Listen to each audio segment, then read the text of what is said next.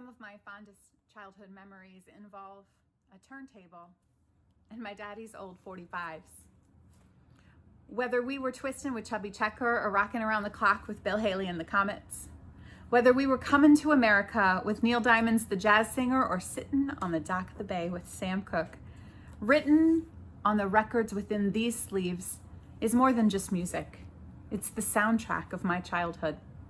Memories of lying under the Christmas tree, listening to Bing Crosby, Perry Como, and Johnny Mathis croon the sounds of the seasons, or dancing on my daddy's toes in the living room, or the moment that shaped my love of gospel and soul music when he introduced me to the music of Ella Fitzgerald, Louis Armstrong, Nat King Cole, and Mahalia Jackson.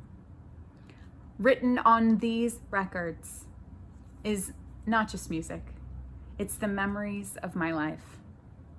I know that we can all relate to that because as soon as you hear a song, most of us know where we were, who we were with, who it reminds us of, and what emotions it stirs in us. Music is a powerful tool.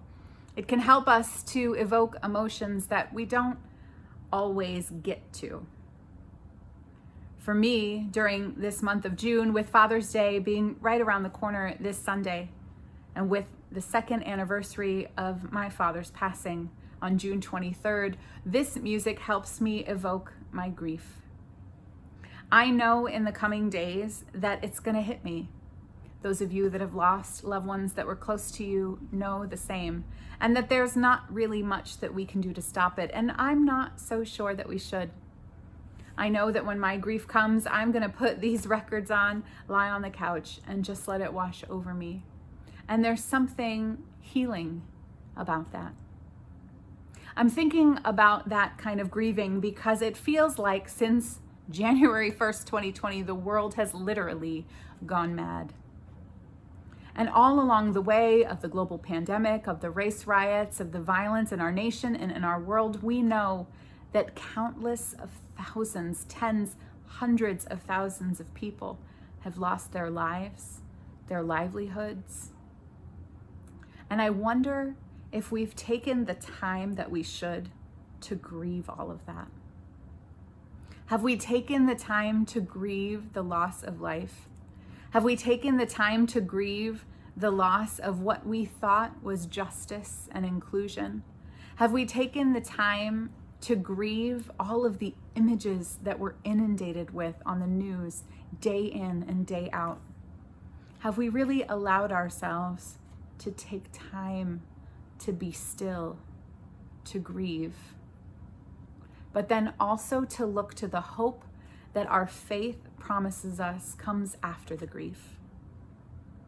So today I'd like to share a song with you by the incomparable Mavis Staples. Some of you might know her from her days of singing with the Staples Singers.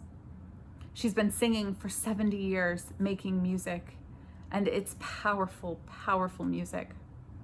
On her album, One True Vine, she has a song called What Are They Doing in Heaven Today? It's a beautiful song that remembers people in her own life, in her own soundtrack of her life, of people who lost their lives either to injustice, illness, or indifference. And she names it and she grieves it, but then she hopes by wondering, what are they doing in heaven today? Sin and sorrow are all done away. Peace abounds like a river, they say. Oh, what are they doing there now?